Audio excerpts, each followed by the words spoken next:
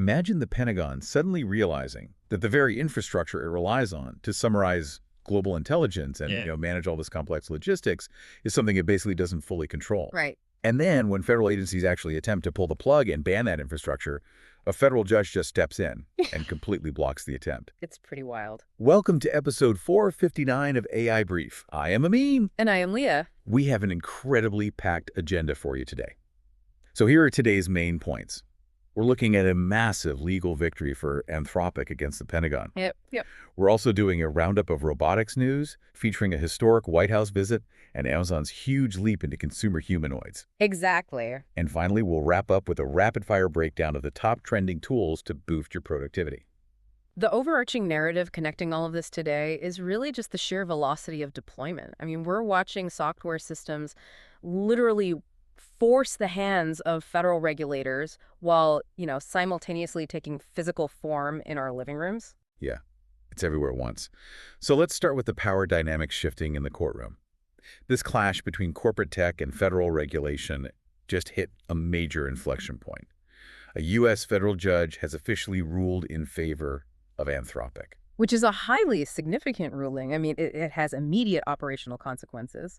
The Pentagon had been actively attempting to restrict Anthropic's tools, specifically the Claude models, across various government and military operations. Right. The Department of Defense actually tried to officially label these tools as a supply chain risk, and the federal judge blocked that attempt entirely. Okay, let me play devil's advocate for a second here. Sure. Because if I'm the Department of Defense, putting sensitive logistics data or, field intelligence summaries through a third-party commercial model sounds like a massive vulnerability. Yeah. Why shouldn't they just be allowed to pull the plug? I mean, it's their operation after all. Well, that is the exact friction point the court had to evaluate. It basically comes down to legal justification versus operational reality. The DoD can't just arbitrarily designate a commercial service as a supply chain risk without, defensible, rigorous evidence. Ah, I see. Anthropic sued them on the grounds that this label was applied without due process. So by securing this injunction, the judge is essentially stating that the government failed to prove the immediate vulnerability required to justify a blanket ban. Wow. Therefore, Anthropic's tools will just continue to operate within the government and military until the whole lawsuit is resolved. It's like trying to remove the nervous system from a body while expecting the organs to just keep functioning normally. That's a great way to put it. Because the military doesn't just use these models as glorified chatbots. This intelligence is hard-coded into their data pipelines. You have all these countless departments relying on this infrastructure to process thousands of pages of procurement data, summarize field intelligence, And manage supply chains, exactly. Yeah. Right. You don't just rip out a foundational operating system overnight without causing absolute chaos. Which is exactly why this sets a profound new precedent. Looking at the business side, this signals to the market that providers are not just, easily replaceable vendors. They are critical infrastructure. Yeah. When the government labels physical hardware a supply chain risk, it means they suspect a backdoor. Applying that same label to a foundational software model implies the underlying code is compromised. By blocking that, the judge is basically affirming that federal agencies cannot weaponize regulatory labels to arbitrarily shut down access to foundational tech. So the leverage completely shifts back to the creators of the technology. They're defending their operational continuity in federal court against the United States military, and they're winning. Yeah, they really are. It's a clear message that the industry intends to fight for its position within government operations, rather than just quietly accepting restrictions. And it highlights a critical check against government overreach, too. This case reflects a growing trend of tech companies actively using the judicial system to protect corporate rights. The outcome of this ongoing lawsuit will probably set the definitive rules of engagement for how commercial tech is deployed across federal agencies for the next decade. We are definitely seeing the power dynamics of software completely rewritten in real time. But the digital realm is really only half the story. True. If you are tracking the trajectory of this technology, the obvious question is how these models jump from processing data in the server farm to interacting with the real world. So we're going to intentionally slow down our pace here. We really need to measure exactly how this intelligence is manifesting in physical spaces. Yeah, the transition from digital bits to physical atoms is accelerating at an unprecedented rate.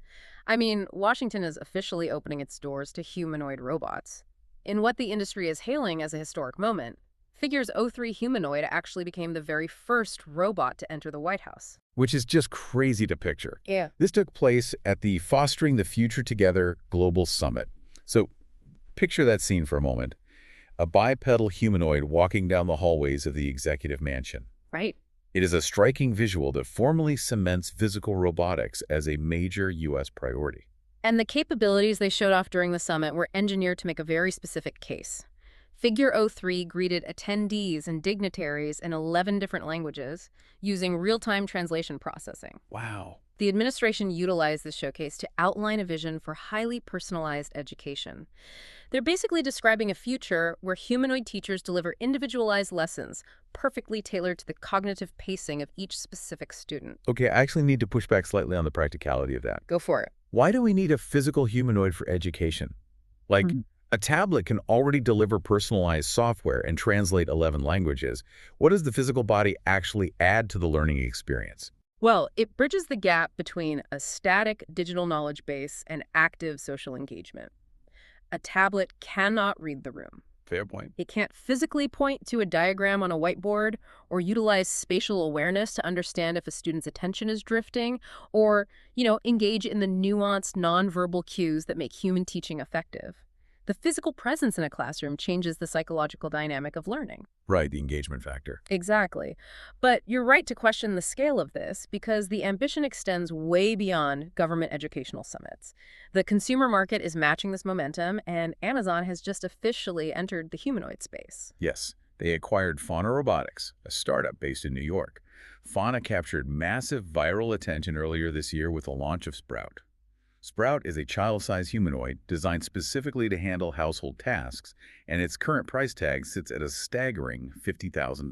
That's a hefty price tag. Very. Fauna's entire team is being folded directly into Amazon's personal robotics group, though the Sprout brand will continue to exist. This acquisition instantly transforms the competitive landscape. It puts Amazon in direct, fierce competition with heavyweights like Tesla, Figure AI, and Boston Dynamics. But what's truly fascinating is the strategic motivation behind the purchase.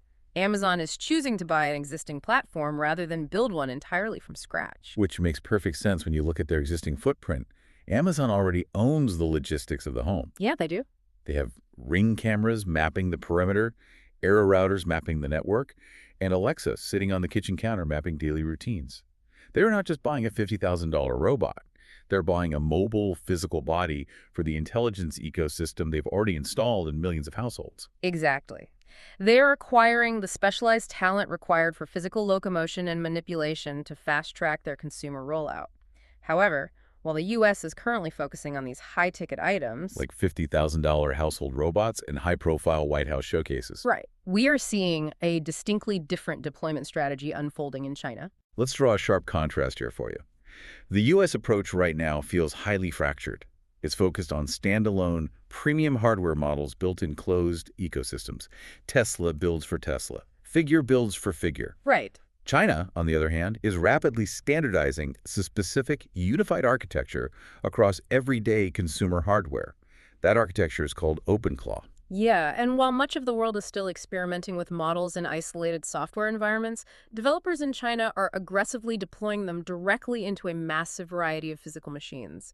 For instance, a prominent robotics firm called Ecovacs just debuted Baji, which is a household robot powered entirely by OpenClaw. Okay, I really need to understand the underlying mechanism here because this sounds incredibly complex. How does one single architecture run a vacuum cleaner, a complex humanoid, and a smartphone? They all have completely different physical structures and sensors. So, OpenClaw functions as a universal abstraction layer.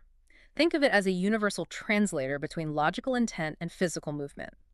Historically, if you wanted a robot to pick up a cup, you had to write specific, rigid code for that exact robotic arm, dictating the exact motor torques and joint angles. Right, super tedious. Exactly.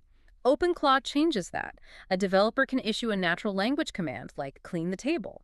OpenClaw processes that logical command and translates it into the specific physical actions required by whatever hardware it's installed on, whether that's the wheels of a vacuum or the fingers of a humanoid. So it standardizes the physical API. Yes.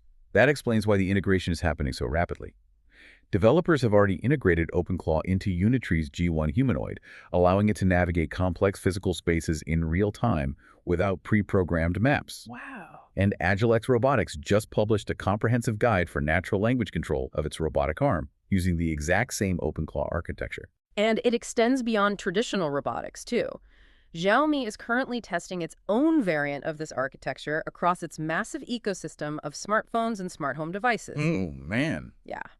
When a robotic arm, a household cleaner, a bipedal humanoid, and a smartphone all share an underlying control architecture, the entire physical environment becomes programmable.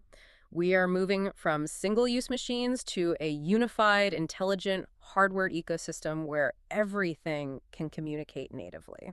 Well, if China is standardizing the physical world with OpenClaw, the obvious question is how developers actually build the brains for these machines. You can't just use standard web browsers or traditional code repositories to manage this level of complexity anymore. Definitely not. We're seeing a profound shift in the actual tools being used to build the future. So let's accelerate our pace again and look at the accessible software layer. These are the specific trending tools developers and builders are utilizing right now to construct these systems and boost their own productivity. First on our rapid-fire breakdown is Crossnode. This is a tool designed specifically for monetizing independent agents. It allows users to vibe code an agent and put it directly behind a payment wall. Yeah, vibe coding is a concept that fundamentally alters software development.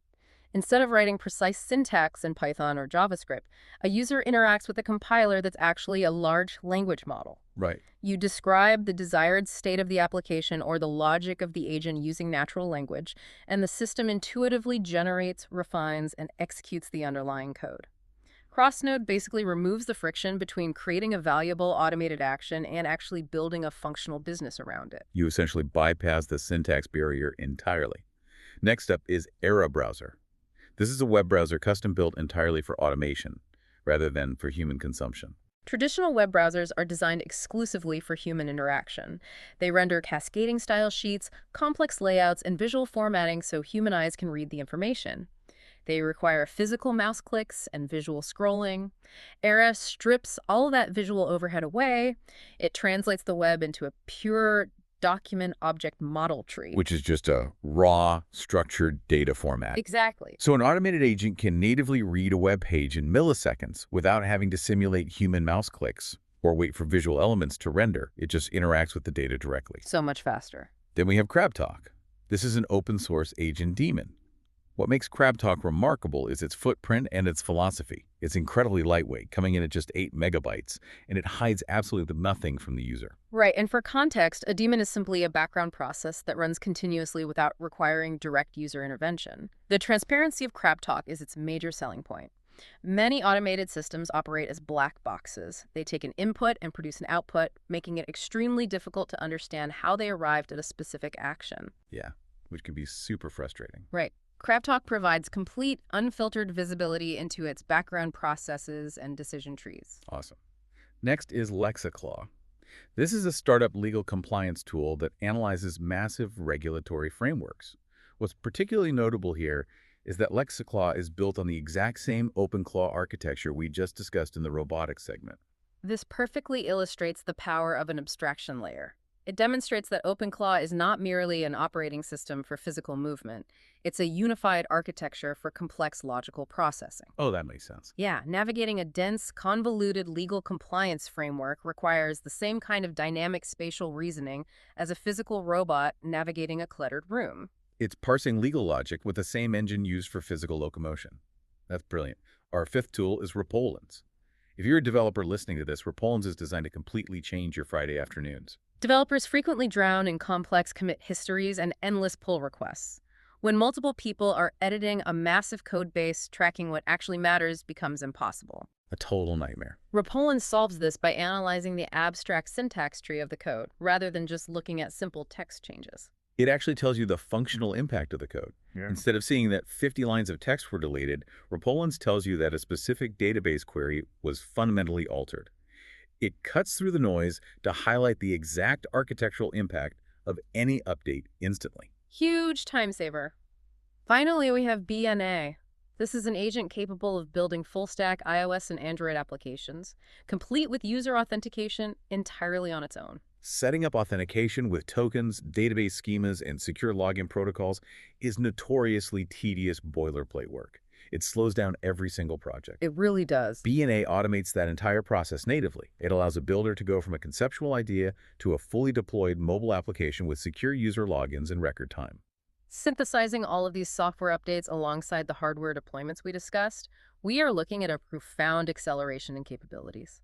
The barrier to entry for complex creation is dropping to zero. With software developers building full-stack applications in minutes using natural language, and humanoid robots utilizing unified architectures to navigate physical spaces, the gap between writing code and fundamentally altering the physical world has never been narrower. That is a reality we are stepping into. Absolutely. Please follow this podcast on your favorite platform and share it with a colleague who needs to stay ahead of the curve. See you in the next episode.